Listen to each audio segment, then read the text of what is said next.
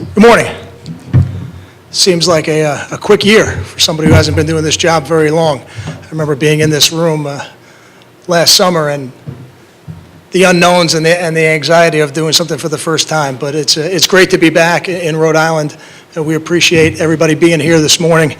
And we're really excited about our 2013 season. 2012 was a great year for our program, gave us an opportunity to do something that we had never done in the history of our program and win a share of a conference title.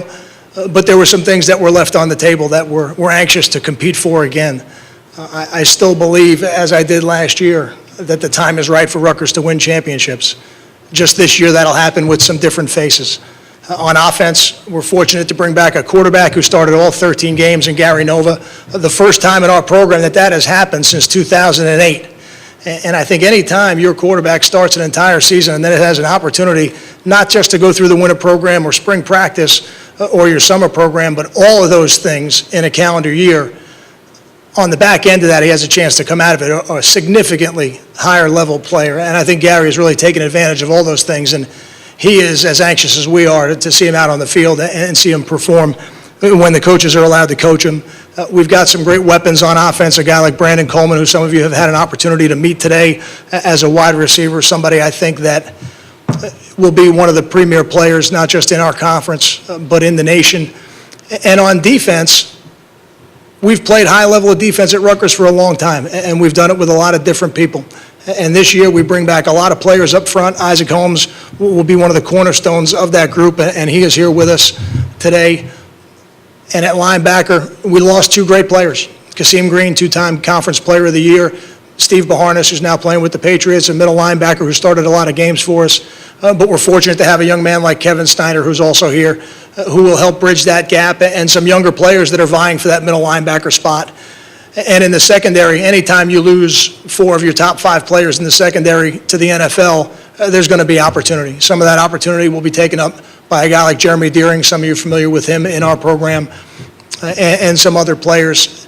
But there's going to be opportunity for younger players as well, guys like Nadir Barnwell, guys like DeLon Stevenson, who are freshmen, but really are going to get an opportunity to play and compete within our system. I also believe, and I'd be remiss if I didn't mention this, I think we have a team that has built a culture over time of understanding the importance of special teams, and we expect special teams to continue to help us be the difference in games. I only have one final announcement here before I take questions.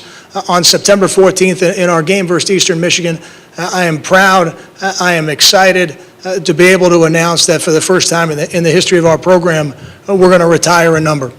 And we're going to retire Eric LeGrand's number 52. And we will have a ceremony that day to commemorate that. I've been trying to hold off Eric now for 48 hours on Twitter, which is not an easy thing to do, from announcing that. But now, Jay, you can turn him loose, so I can only imagine what will happen from this point forward.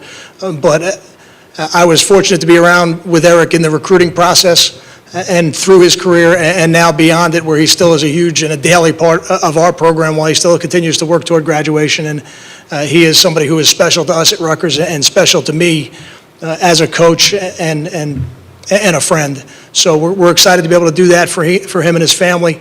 And I think it'll be a great day, not just for Rutgers football, but for the LeGrand family and everybody that's associated with us. With that, I would open it for questions. If you have a question for Coach Flood, raise your hand. We'll get a microphone over to you.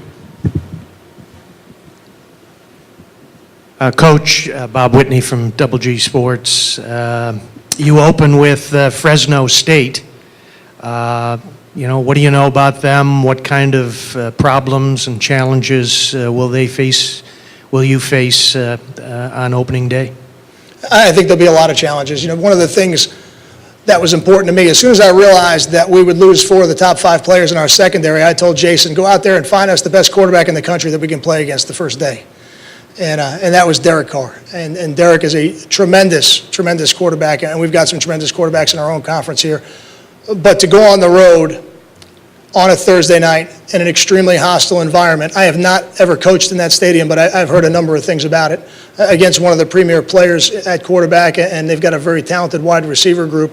It's going to be a great challenge for us as a football program to prepare in 3.5 to 4 weeks for that game.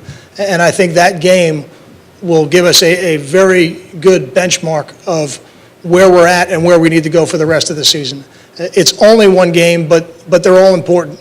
And when you have the opportunity to go on the road, first game of the year against a nationally ranked opponent, I think you find out a lot about your team.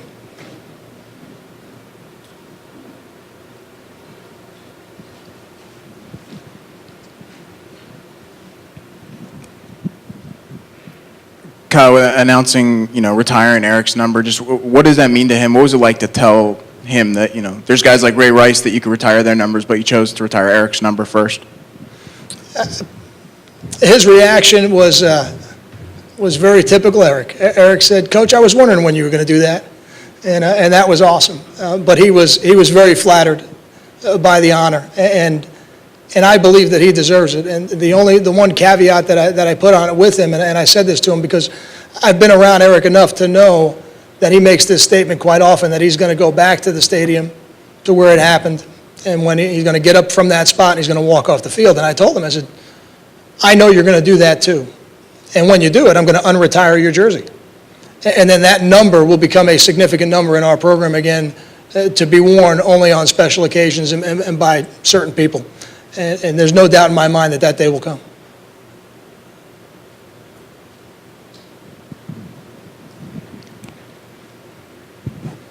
Coach Tyler Barta with the Trentonian. How long did discussions about retiring Eric's number take place, and kind of who was involved in that decision?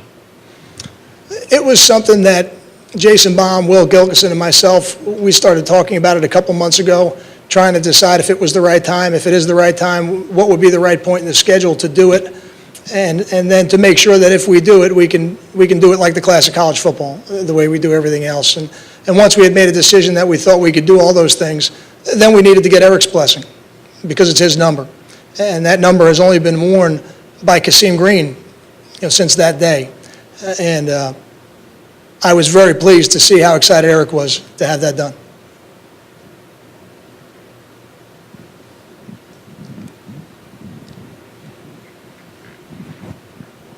Josh Backen, Daily Targum.